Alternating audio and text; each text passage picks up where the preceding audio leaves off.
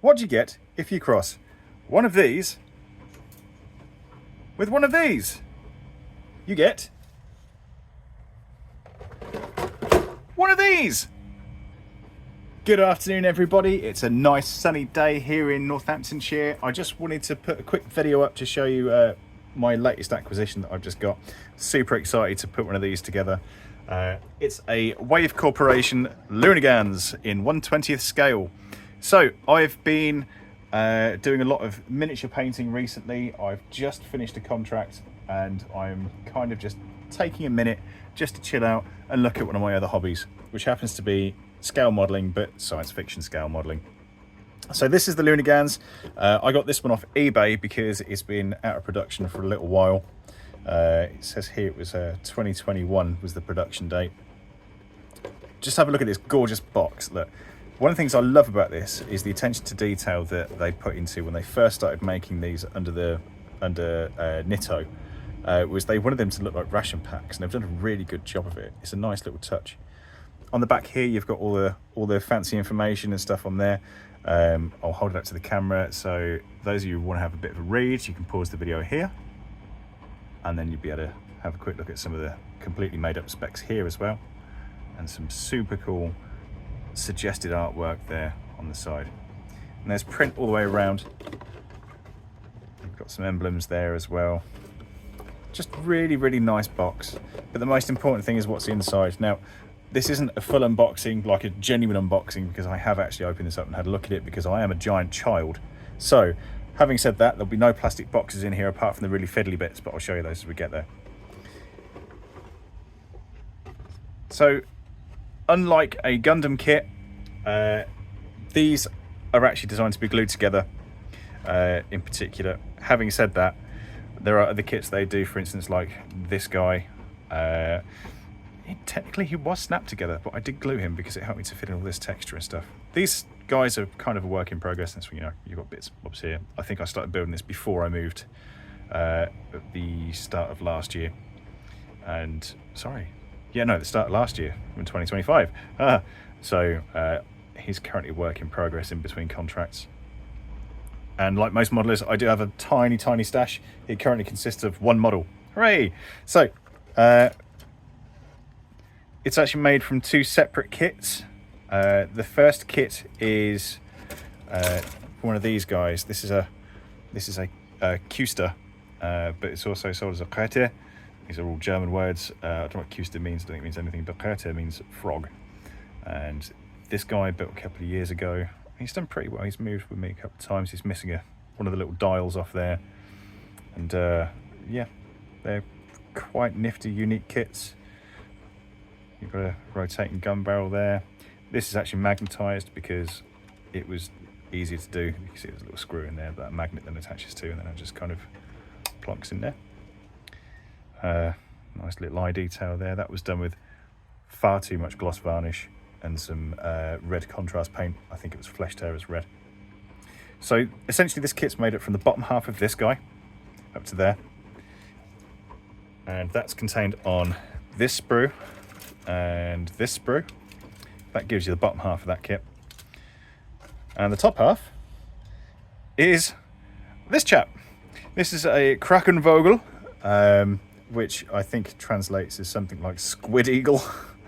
He's got a slightly dented antenna. Let's just straighten that up. There we go. My wife bought this for Christmas for me a couple of years ago, and I absolutely love him. He was so much fun to put together. It's a great bit of kit. He's quite tall, guys. There's a lot of detail that you need to absorb as you look at him. He's pretty cool. Here comes the nifty little flight stand that I'll just pop him on now. It tends to be quite a fiddly little flight stand, but I'll just stick him off to one side for now. And you get the head unit in here, like so. All these bits glue it together to become the head unit, like you've just seen. There's some extra parts there to go with the bottom half. And then, interestingly, these next two sprues are unique, and they make up the midsection that joins the bottom half to the top half, which is quite cool. Those of you who are motorcycle kit aficionados might spot some gubbins in there that looks familiar. Like, for instance, I'm pretty certain that's the bottom of a transmission from a Tamiya kit. All pretty cool. Now, it doesn't say in the instructions that you can put lights in these. However, that's a really big spotlight, and it's got its own lens that I'll show you in a second. So I'm thinking I might actually light this kit up. There are hints as we go through the box. For instance, that nice big empty cavity in there, but also you can see it inside the plastic bag at the moment. There is actually a clear lens there, and also for the front of the head unit, you've got a nice clear dome with a recess, and behind the recess, I'll just open the bag. Let's just open the bag. This isn't the one with all the springs in it, so that's definitely going to stay together. There we go. Right, so that's where you kind of see what I'm talking about now. That, I believe, is actually the right size to take a newer LED, or if you've got them, one of the old style bulbs from the 80s. And the idea is there's a little recess in there for the lens. You'd mask that off, spray it up, and you have a light inside. Pretty cool. You've got two transparent pieces here. They sit on the back of the head as well. But yeah, you do also get in here a really nice headlight lens. And I'd love to know what the original kit was for this. But that's just really, really pretty. I think I've actually got a spare one as well. And so I might even put two filters in it and have one this colour and then one a slightly different colour. It is actually a lens, which is also, you know, physics, Terry, I guess. Now, the original SF3D kits usually contain a lot of mixed media. So you've got some brass rod here for antenna. That's really thin stuff, and some slightly thicker stuff as well. The thicker bits you can actually bend to make a roll cage instead of the plastic one that's on the sprue. You've got some metal springs in here of different sizes and shapes. These are for power hoses, which is a super cool feature that the original kits had, but a lot of the newer kits actually have like a polycap material hose. I'll show you on the suit that I've got set down the side here. So you've got some more tiny ones there. You've also got some power cables here. These ones, if I remember correctly, will run into the head unit and then down into the body. So that gives me a really, really good space to actually electrify something there and have some LEDs running inside the head. You've also got some shock absorbers in there, because this kit has shock absorbers. I'll show you the ones on my pre-built Coaster. So this is how they come out, just like that, which is quite cool. So yeah, this is a Mashing Krieger kit, and they're pretty cool. You can pick them up on eBay. There's a couple of websites that are really good for it as well.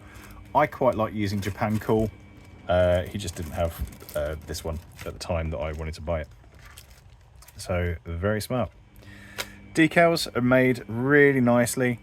You can actually zoom in on these decals and read them. They do actually have some quite funny stuff on them. And some of it's actually on theme. It's not just copy paste text. So that's always fun. Got a few different emblems on there. I quite like the mushroom and the pumpkin personally. I might do something with those. Okay. And so let's pop all this back in the box and have a quick look through the manual.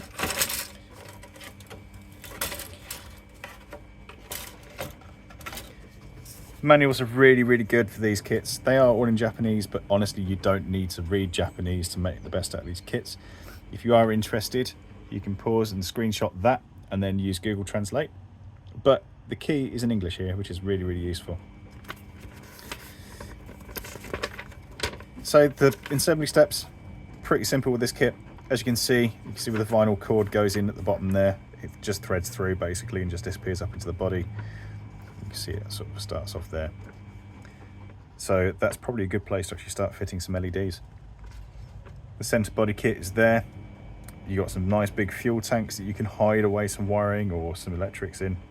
You've got some really big rocket boosters that go on the back there. It might be interesting to do some layered lighting stages of that. There's a spotlight, and I believe there's a little camera there as well.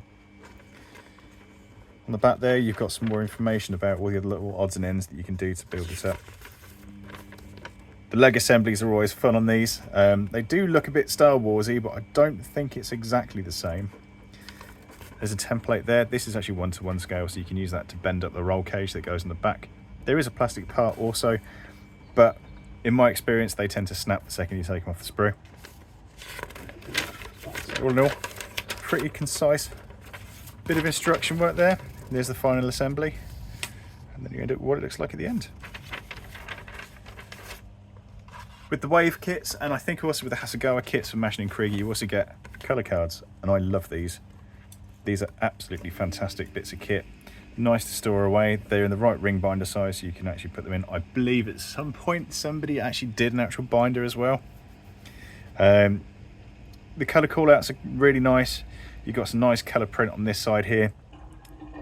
Plenty of information there to read through as well. Just use your Google Translate. So if I do that, you can get a copy paste on that with Google Translate quite easily. There we go.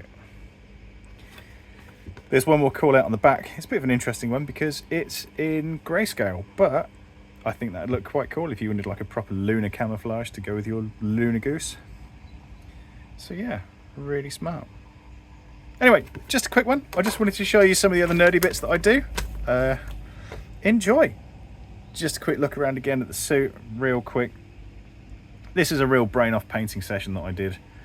It's about 20% done. I think there's something that needs to be talked about, and that's the arse phase, because this is in it. And that's basically the phase where things just look terrible until they don't. So I'll keep working on this guy, and there'll be some more processes and stuff as we go along. Check out my Instagram as well for different bits and bobs that I put up on there. And you can see the scale of that. So at 1/20th scale, these guys, you can imagine there's a person inside that suit. You can kind of guess this thing, if it was, you know, stomping around outside, would be around about 9 feet tall, I think. But I think with the addition of this chap's head here, you're probably going to be looking at about that tall. So around about 12 feet tall. If it was real, obviously it's not, because it's a kit. Anyway guys, thank you so much for just tuning in. That's me waffling on for a minute. Well, actually waffling on for 12 minutes. If you liked this video, please make sure you give it a like. Don't forget to subscribe, and I will see you next time. Okay, bye.